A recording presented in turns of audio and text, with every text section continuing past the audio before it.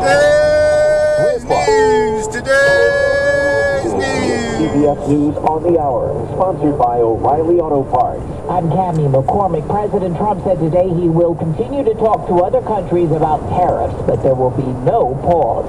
We're going to get fair deals and good deals with every country, and if we don't, we're going to have nothing to do with them. They're not going to be allowed to participate in the United States. The market fluctuated wildly today over concerns about where things are headed. Economist Gus Fauché. Tariffs may be added, some tariffs may be dropped. We may see retaliation from some of our trading partners, but I think a lot of the big tariff news is already priced into stock prices.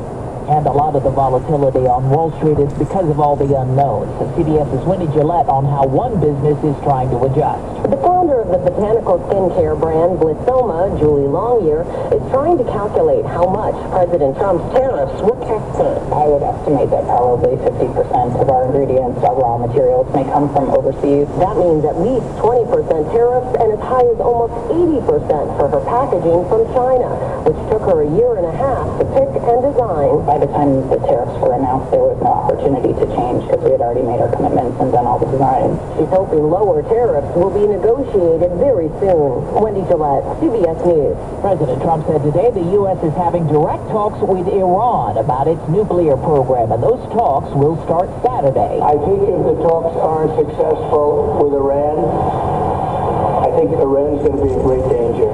And I hate to say it, great danger, because they can't have a nuclear weapon. Iranian officials had said direct talks would be useless because of the threat. Chief Justice John Roberts today agreed to pause a midnight deadline for the administration to return a Maryland man it mistakenly deported to El Salvador.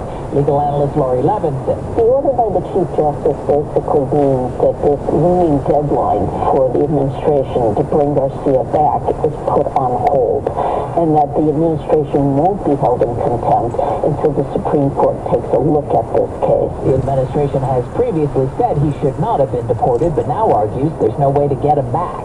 Swollen rivers after days of rain are now a big concern in the South. Emergency Management Director Patrick Sheehan in Tennessee. We're expecting some rivers to continue swelling, some creeks to continue swelling, and then we're also watching to see what impacts we're going to have later in the week along the Mississippi River. The flooding comes after severe weather killed at least 23 people across the nation's midsection and south. On Wall Street again, recapping the numbers, the Dow finished 349 points lower. This is CBS News. Well, that's today's news. Today's news. I didn't hear any good news, did you? I didn't think so. I guess it's all about perspective. The glass is half full. Well, as always, I'd like to thank you again for coming along with me on these Dash Cab News adventures. You know the drill. Peace, love, and all